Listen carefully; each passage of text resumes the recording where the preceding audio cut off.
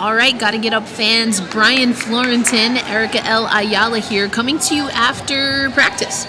First practice since game 1, where, of course, the Minnesota Lynx were able to take care of the New York Liberty. Did take overtime, but, let's start with what we heard from head coach Sandy Brondello about how the team is, I guess, adjusting and going to bounce back from the loss. Yeah, at practice, vibe was very relaxed. No pressure, no external sort of like stress that they put on themselves. So I feel like everyone sort of understands what they need to do right, what they need to sort of get back at doing really well.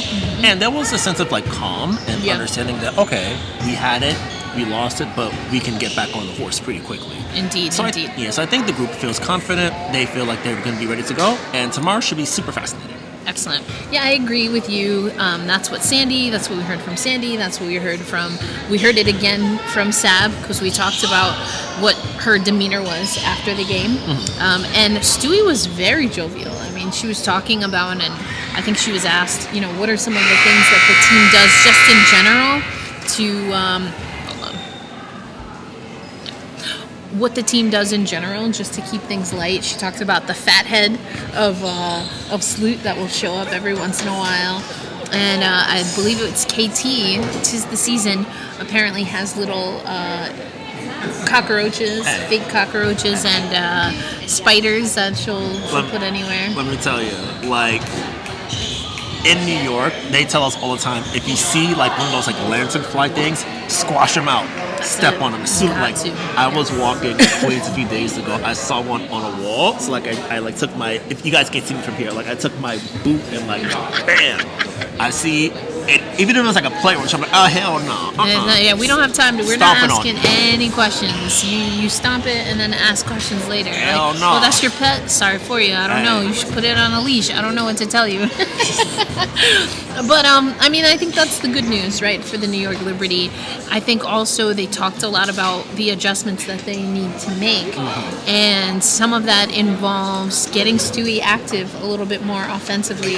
I asked Sandy about what she's been able to do defensively, and honestly, that she saves the New York Liberty defensively a decent amount of times, especially I would say in game 1. Those are things that don't always translate on the broadcast or not always discussed. But when people say, how did she miss a free throw? How is she missing layups? I think you could make a case that she's putting in a lot of work on the defensive side. And, you never want to miss layups. You never want to miss free throws. And when you put in the work that Stewie's been putting in for New York. So, Brian, I asked Sandy this, and I'll get to her response, but do you think there are things that the New York Liberty can do, that they should do, in order to make it a little bit more of an equitable balance of getting Stewie on the defensive side as well as the offensive side? I think the sort of beauty and the bit of the Liberty is that you have so many dynamic offensive players that one player doesn't have to do the save us button all the time. You have 3 superstar players who can impact the game in so many ways, and it's a matter of, okay, if I know that you're really working crazy hard on defense, I can pick up. I can take on more of a scoring load, for example. In the first half, they had the blend right. They were able to get JJ in the paint. They were able to really sort of punish and make things hard for Lon Smith on the inside. Lon is a great defender, and the fact that JJ was able to have such a dominant, overwhelming start is such a great sign for New York, especially considering how much Minnesota has had JJ in a phone booth this season. So the fact that they were able to get that going is okay, we see it, we know how to get to that matchup. Now, how can we sort of make sure that we're getting Stewie on the move a little bit more? Can we get her to cut a little bit more? Because one thing especially, Fee was talking to us about how she's really worked to become such a great individual defender. And it's almost like the baseball analogy where it's I see the best hitter in the lineup, I'm just going to pitch around them and go against everybody else. So for the Liberty, their plan might be, okay, how do we sort of move Stewie around so Fee doesn't have a chance to have as huge of an impact as she did. I didn't realize this till today when Owen was telling me, our pal Owen Pence, he was telling me she had 6 blocks. It didn't feel like 6 blocks. That's what I'm saying. 6 blocks. And 3 steals is whoa. Yeah. What the heck And it's like you wanna get feet moving as much as possible, because the more someone moves, the more there's liable to be a mistake on the back end, because they're not like, they're human. Yeah. Eventually, something's gonna crack in the system. Yeah. Something's gonna break, and then it's up to you to sort of press the issue as much as you can until you get that advantage. Yeah, exactly. And I think another thing is that, you speak of getting fee moving, but the Minnesota Lynx actually moved really well on defense, and it was something that both coaches were asked about in the scrums at practice. And, Coach Cheryl Reeve just saying, we don't know how they're going to react. It's kind of like, we'll see what happens. But you have to imagine, I should say, that there's not much that Minnesota is going to want to change defensively, especially in how they played in the second half. Yeah, their second half execution was so great.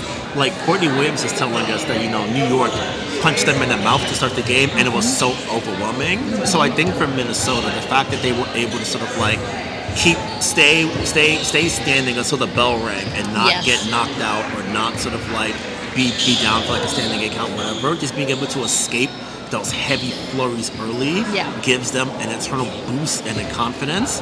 I think for New York, the fact that the last time Minnesota was here in the regular season, they worked them repeatedly. It was like, it got to a point where I was hooping and hollering and press up about, man, how great Minnesota is. I'm like, oh man, this is so great. So the fact that the Liberty were able to jam them up in the way that they did early, I think speaks to something that they were able to sort of like uncover in their preparation for the series. Yeah. Now I think it's a matter of, okay, if they go small again, you're going to pay for it this time. Right. You're really because JJ had it going so well early. One thing I loved especially is that she was getting out in transition, and they made sure, one of my favorite basketball things is you must reward the big man for running the floor. Yes. JJ was running out there, deep seals, getting her every time, and that puts so much pressure and strain on opposing bigs. And I think that if she's able to replicate that, they're able to sort of get her in that space. Olaf Lang was telling some other reporters in the lead up to the series that they sometimes don't want to just have JJ, just go in the post and then work that way. Mm-hmm. Sometimes, because it can sort of stilt and stunt the offense a little bit. Yeah. But in the second half, they went to that and it worked. So you see it working out, and it's okay. We know JJ can operate in space, and we know that, if need to, give her the ball in the post, let her make the decisions, let her operate that way, and then see what happens. So I think this is going to be a series where if it goes how we think it is going to go, we'll see these sort of all around, this is going to be a Jonquel Jones series, and I think it's going to have to be if New York wants to win. I agree with that. I think with Jonquel, something that we talked about with her game in the past is that she has to know, especially late in the game, in game one, that Minnesota was bringing multiple bodies and just collapsing on her immediately as soon as she touches the ball. And the reason that can be effective is because I think the book is out on JJ, that she likes to bring the ball low and then bring her power up.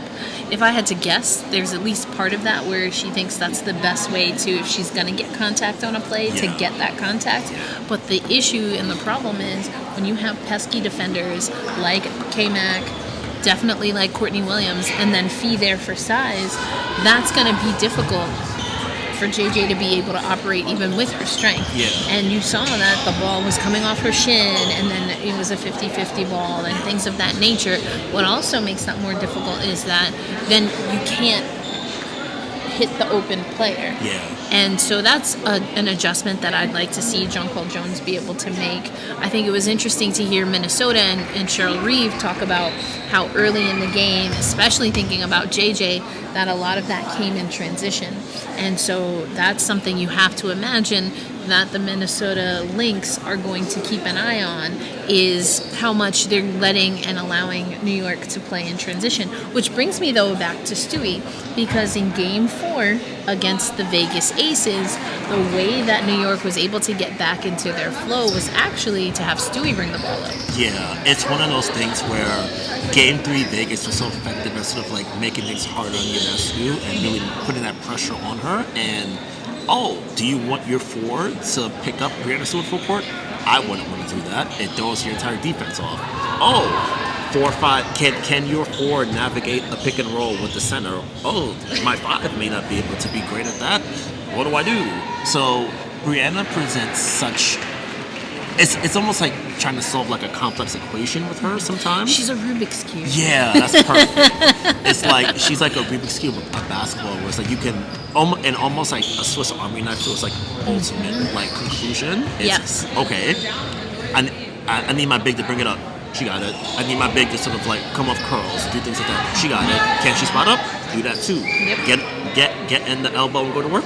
Got it. She can do all those kind of things, and I think we've really gotten throughout her career, going back to UConn, we've seen her really tap into different buttons and avenues as things work. And I think her malleability is so valuable because it allows the team to operate in so many different avenues. And I think for Stewie, she's a great finisher at the rim, which made the miss it was heavily congested, but she can make that 9 times out of 10. Mm-hmm. So I think for her, it's okay.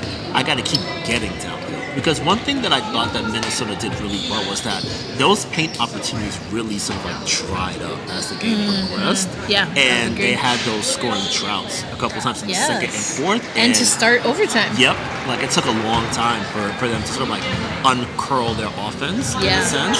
So if they're able to sort of like cut a little bit more when Minnesota switches, find those avenues, find those back doors, find everything like that, I think it's something that they can sort of exploit. Because Leia was telling us, like, we've dealt with this before, which is why she was so frustrated after the game. Very. Because it's like, we've done this, we know what to do, and yet we didn't do it when we needed to. And then I think also, I think it's attributed this, but it's almost like you develop like a muscle memory in a sense, where it's like, okay, I've seen, like, it's one thing to see a particular defense on TV. Yeah. It's another to like go feel it, to experience it, and feel the defeat that they stuck on you when you were, I would say, for a good portion of the game, the better team.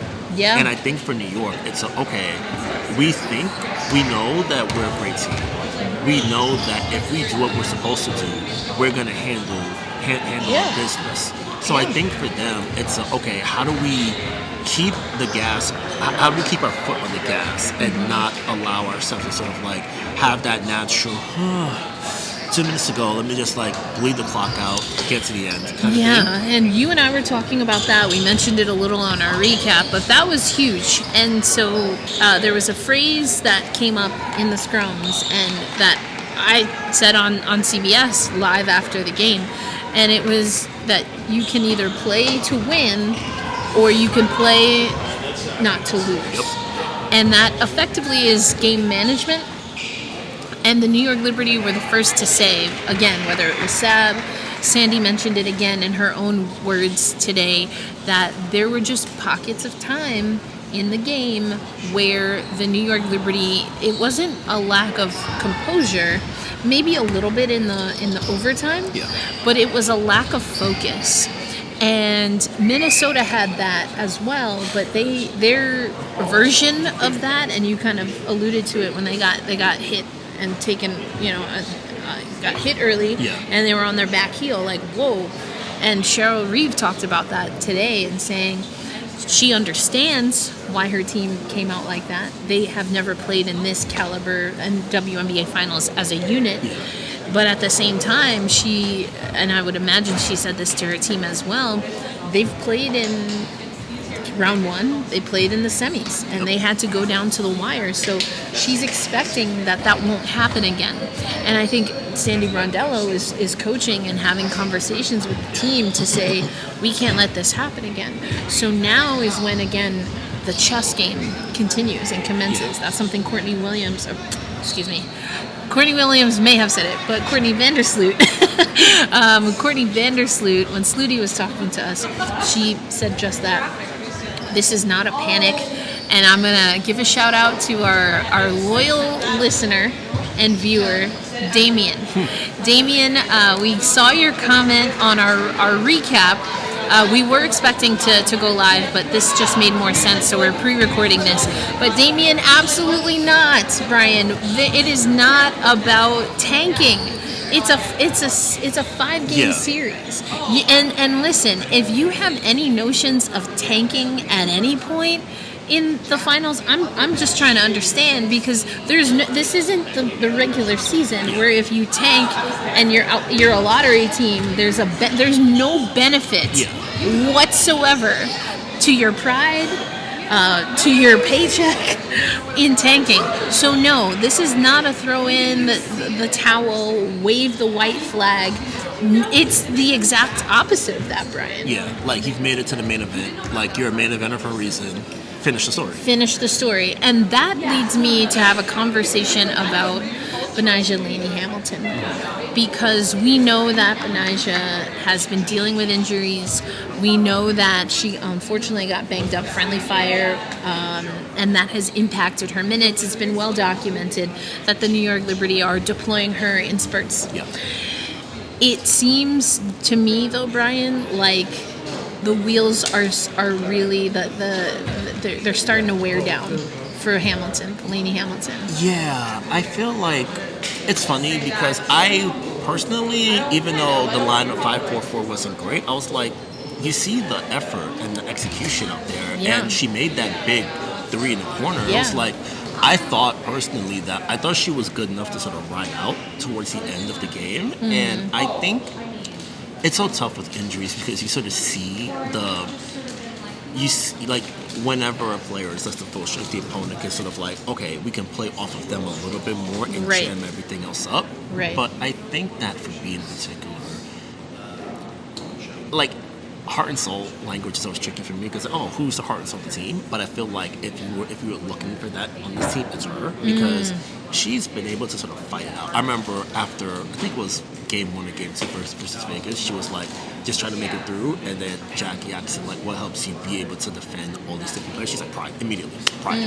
Like she's a prideful player. Yes. Like whenever we think about like, we old, so we know, what he old. So you always think about like, what players embody New York City, just like that don't quit, just that even if I'm not at it, I'm still gonna come at it with everything I've got. And she has that trope. I agree. She's not loud in the same way like a teaspoon would be, but you're right, and that's that Jersey love that she got from Rutgers. So a little bit of a different swagger, but I think you're right. And I spoke to Benijah, so we'll have that video up for y'all, and it's more of what you just said, that, and I think I'm not going to remember her exact words, but her sentiment was, listen, I've been dealing with this, and this is the finals. So, I got to do what we got to do to get that championship. Yeah. Like that's what she said. Yeah, and to the other point earlier, it's like, man, you fight so hard to get to this point, and it's almost like thinking a little bit about like a starting pitcher who may not have that much gas in the tank, but it's like, okay, I can give you like 60 pitches. Right. I can whatever bits that I can give you in my spurts, you got it. No questions asked. And so this becomes and I don't know what the right answer is, but this becomes a thing where how much as a coaching staff, as a training staff, do you maybe do some of that decision making for Laney Hamilton, because we know there's going to be a game 2. We know there's going to be a game 2. We know there's going to be a game 3. Those are given.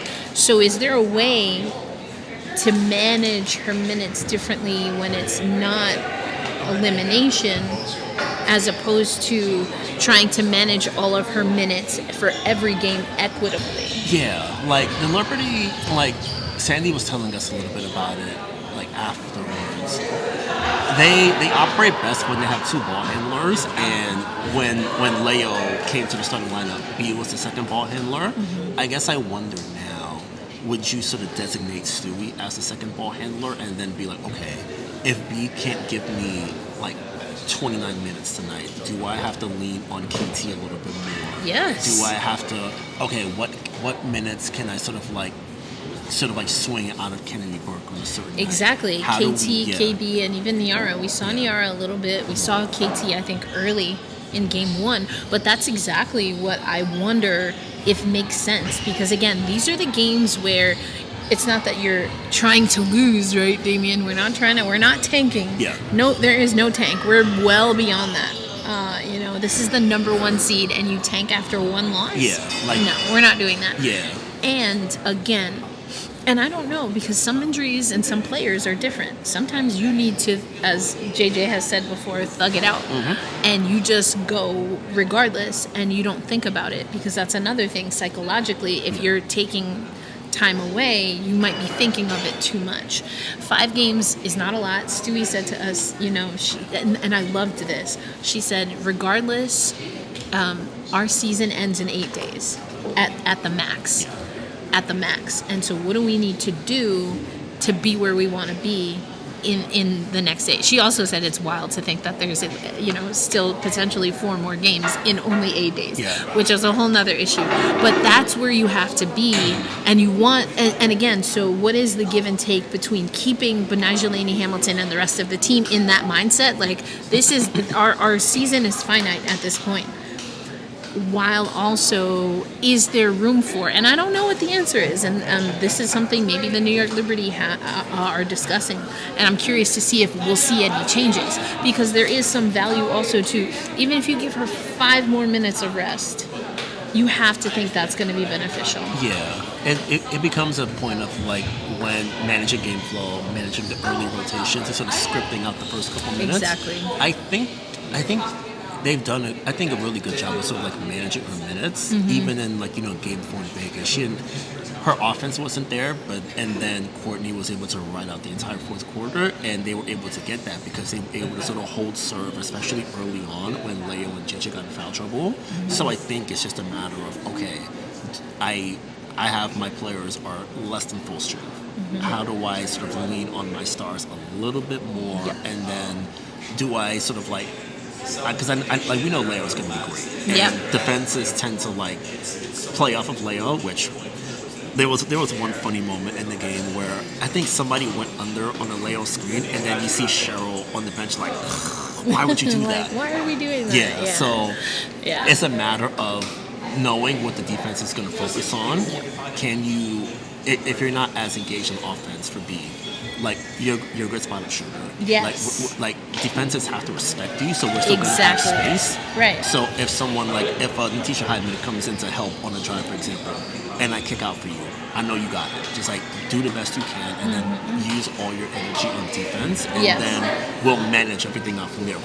Yeah. So we don't have an answer. Again, I did speak to Benijah. Sandy talked about it. I don't think that they were, it wasn't a big point of emphasis in the scrums, but I'm curious to see if it's something that, changes, at least in the next 2 games. Yeah.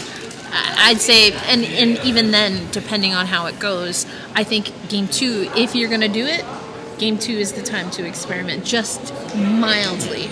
But we'll see, because I do think there are ways to get KT more minutes, and it's not going to hurt you. We talked about it, that Courtney Vandersloot, I think, has been given more responsibility, and I like that. I think that's critically important. We saw Niara get some time. I think that, I don't know that it was the most effective that we've seen her be in short minutes and short spurts, but I still think Niara is someone that can swing the tide for the New York Liberty when, she's given the opportunity. So I like that they're going to Niara as well. So... You know how we do, Brian. We don't like to make the boring predictions because what do we know? I mean, where's the fun in that? Right, exactly. Like, we know a lot about the New York Liberty, and we can't, just like Sandy and her coaching staff, we can't control what happens on the court. Only the players can do that, and only to a certain extent. But I do think it's fun to lean into what we do know about these 2 teams. So I'll take on Minnesota. I'll give you New York Liberty. Yep. So the New York Liberty win game 2 if... They win game 2 if Leo goes for at least 14 points. I think that Minnesota, they had such a bad time with JJ. I feel like they might try to sort of like overcompensate to slow her down a little bit, try to get her in foul trouble, make things harder for her. So I think that it's going to be a big opportunity for Leo to really sort of like carve out a huge impact. I think she's already like up there as far as like rookie all-time playoff points already. So she knows how to handle herself in big moments. Yep. So I think if she scores at least 14 with a couple threes, I think it's going to be huge for New York. She was on fire from three, and she didn't want to talk about it in the scrum. She was so put out by the loss and the fact that she felt the team could have won that game that she had a really difficult time keeping it. I mean, Leo is a cool, calm, collected person. Yeah. You don't see her get excitable very often. And so if you can imagine, she had a very coach kind of approach to how she talked about the loss, but it was probably the most worked up I've ever seen her. Yeah. And I also was covering her in the Olympics. And so I think when Germany was ultimately eliminated in that game against Belgium, that's probably the closest I've seen her to being so raw and frustrated. Yeah. But I like that prediction for you because I have no reason to believe that Leo is satisfied with what she did. She's definitely not satisfied with how game one went. So, and this goes back to what I have walked back because I just didn't know enough about Leo. I'm an eye test kind of gal. But when Jonathan Kolb is saying that he recruited not just for her length, which we've talked about, but for her championship. Like, there's just, people talk about that dog, and you think of like a Courtney Williams, you think about like a Skylar Diggins-Smith, a Kelsey Plum. She's got a different kind of dog, like a expertly trained, I don't even know, like a military dog, like they're calm until it's time to get loud. Get active, yeah. Until it's time to get loud, they're trying to find that bomb, they're going to sniff it out for you. She's clutch, big time. And so I like that. So I gave myself the assignment of Minnesota. And so there's something that I noticed, Brian, in including the Commissioner's Cup. The Minnesota Lynx have held the New York Liberty to under 80 points in every single game that they won. Another thing is that Minnesota has won the boards battle in every single game, including the Commissioner's Cup, that they have won against the New York Liberty until game one. I should say that also goes for under 80. So I think that if I kind of flip what I would have said if I were going to do my prediction for the New York Liberty, the Minnesota Lynx will take game two if they keep New York at 90 or lower and they are within 10 boards one way or another, whether they have 10 more or they're in 10 of the New York Liberty. That is taking away a lot of what New York likes to do. They like to move the ball. They swing the ball well offensively. That's what worked in the first half. We saw Minnesota, though, historically through the regular season and in game one, at pockets, they were able to take that away. And there was some stagnancy on offense. And some of that comes from being able to, Minnesota, eventually, they got a very critical offensive board. They're going to have to do that again. So if I hone in on the rebounds thing that I said, specifically on the offensive side, if they give themselves more opportunity, because then what does that do also? We already talked about it. Minnesota, Cheryl Reeve said she wants to take away transition. So if they attack the offensive boards early, give themselves a reset, but also take away that transition, that is how Minnesota is gonna. So there's a few things they have to do with both teams to win. But for me, it really comes from how the team is focused on offensive boards specifically and on the defense so that they keep New York under 90. Because New York scored 93 in game one. And I think they had, 110 or something in the one win against Minnesota in the regular season. So running the score up, it's more likely that that's going to favor the New York Liberty. So, again, if you flip that, the New York Liberty need to score 90 or better.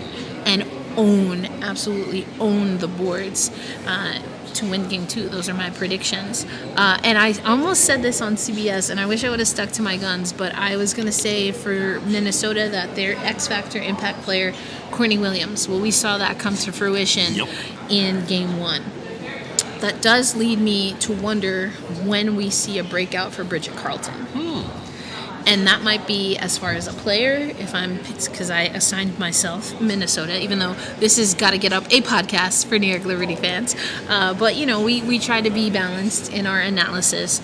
So if I had to pick an X factor, I really think that Minnesota, because Courtney Williams was such a pest, that New York is going to be a little bit better prepared for that. Yeah. And that may open things up for Bridget Carlton.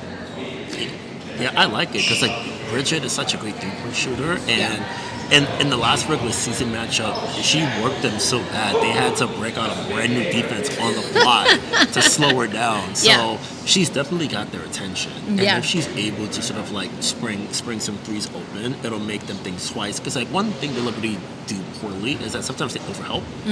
They'll You see why you want to help if someone gets beat, but it's stick to your assignments. Trust that the backline D is going to be there. Trust that the rotations are going to pick up where it needs to be. Right. So if they fall into that habit again, that's going to spring open threes for Bridget, and she's such a great three-point shooter that it's essentially automatic when it's in her hands. Right. So for them, I think she's going to put a lot of pressure on New York's discipline and cohesiveness. They've been great at sort of staying together on defense, but if those breakdowns happen, and if they happen at inopportune times, that's when things can start to snowball. And I like that point because it did seem from the part of practice that we were able to view the last 30 minutes for New York, the first 30 for Minnesota, that communication was something that they were very focused on. Communicating, it was something as they were running through, Olaf was making sure to point out who was expected to be where for Minnesota, but then also, as a matter of fact, Benijah Laney Hamilton, in my estimation, was kind of the captain, the quarterback of communicating defensively, but also not telling, but really empowering or trying to get her teammates also to communicate in the defensive sets and schemes. So I think that's going to be interesting. Do you have another player that you think could be, other than Leo, because we've already talked about Leo, but maybe someone that's not expected that can be a really good player to deploy or to get hot, get them active early on? I think I'll go with Kayla Thornton. I feel like, KT, she has such an energy that she brings to the court, and the building is already on 10, and she can take the building even higher. Because she has that energy, and I think back to the Commissioner's Cup game, she was so great to start. She was really confident with her 3-point stroke, and Minnesota, they're probably going to play the numbers to okay, if I had my choice, do I want Brianna Stewart shooting or Kayla Thornton? They're gonna choose KT 10 out of 10 times. So it's up for Kayla to really be able to shoot with confidence when she's open. If she does have that driving lane, just sort of drive strong to the basket, finish over Lance Smith, finish over Maisha Hines-Allen, players like that. So I think she's going to be really valuable in that way. And when Minnesota downsizes, KT, she got some muscles on her. That's it. So she'll be able to help sort of bang on the inside, be able to really sort of provide that energy and physicality. So I look for her to have a big role. Yeah, I like that you mentioned the physical aspect of the game because it's actually something that Cheryl Reeve mentioned regarding Courtney Williams prior to being on Minnesota. And she talked about playing with the Connecticut Sun and feeling like Diamond Miller was kind of being punked. And in the conversations that then Cheryl Reeve and Courtney Williams had regarding Courtney coming to Minnesota, she mentioned that and was like, ain't nobody on that team really come and step in. That's what you're missing. And, that's that real dog. That's like the epitome of playing with that dog in you. And so I wonder if New York, and I think, I hate to be hyperbolic, because literally the only must-win game is when you're facing and trying to stave off elimination. But if I had to use that terminology, I think, again, I'd like to remix it. I would say, especially knowing that this is the last game guaranteed, okay, at home, if I'm the New York Liberty, I'm not trying to get punked. I'm not trying to get punked. Yeah. So I would deploy KT. I would, and we know Stewie could play that way too. We saw Stewie when she, I guess it was against Vegas the last time, and felt things weren't going. They ended up, that was in Game 3 actually. They didn't win that game, but Stewie was doing everything in her power to get the Liberty back into that one, and it came from her driving, getting downhill, putting her shoulders into bodies. And I think there is a level of that New York Liberty basketball that is always waiting in the wings that I would like to see them push to the forefront a little bit more. And to your point, I think KT gives them that. I think I know Stewie could turn it on. And again, she was very relaxed today, very jovial, I think is the term that I used earlier. But don't be fooled. Stewie, I don't even know if we can say dog. Stewie has a beast that she can unleash. I don't know how many heads this beast has, how many arms, because, she's already got a crazy wingspan. But when Stewie wants to go, out of her mind, the physical part of the game will show up. And I personally love it. Yeah. I love to see it. And I feel like, every so often, there's a you got to go and get it type moment. Yep. And I feel like for this team, you want to give yourself as much breathing room as possible. And you know that, okay, if I handle business here, yep, I just got to grab one. That's it. Like you want to win every game, of course. Of course. But you want to at least give home. You want to make the home court meaningful in that regard. Like they've done it. Like they did it in the last round. They did it in the first round. They've done it throughout the season. Exactly. So you want to put that. You want to put a good win on the board, so that way, with the extra day off between games 2 and 3, you can have that confidence in that. Okay, we should have won game 1, but we played well in spurts. Game 2, we held it down, did what we were supposed to do. Mm-hmm. Now, Target Center. Is it called Target Center? I think it's called Target Center. Yeah. So Target Center game 3, we know it's going to be hot, but we've won big road games before. We've been able to withstand these big runs from Minnesota. We know that if we do what we do, we'll be able to sort of get that win. Yep. And then if we're able to get that, then we can really control the board the way we want to, and know that, okay, we did what we were supposed to do. We put our imprint on the series. Yep. Now it's time to close the door. Exactly, and that's the mentality. If you want to know, I'll give my little pep talk here. But if I'm in that locker room, I'm saying a lot of what Brian just said. Listen, the series will not be won or lost in the next game.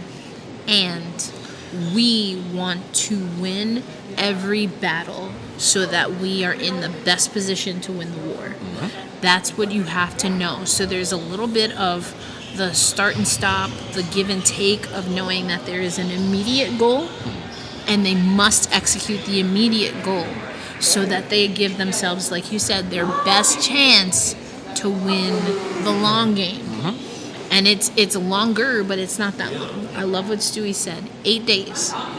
In 8 days, are we going to be where we want to be?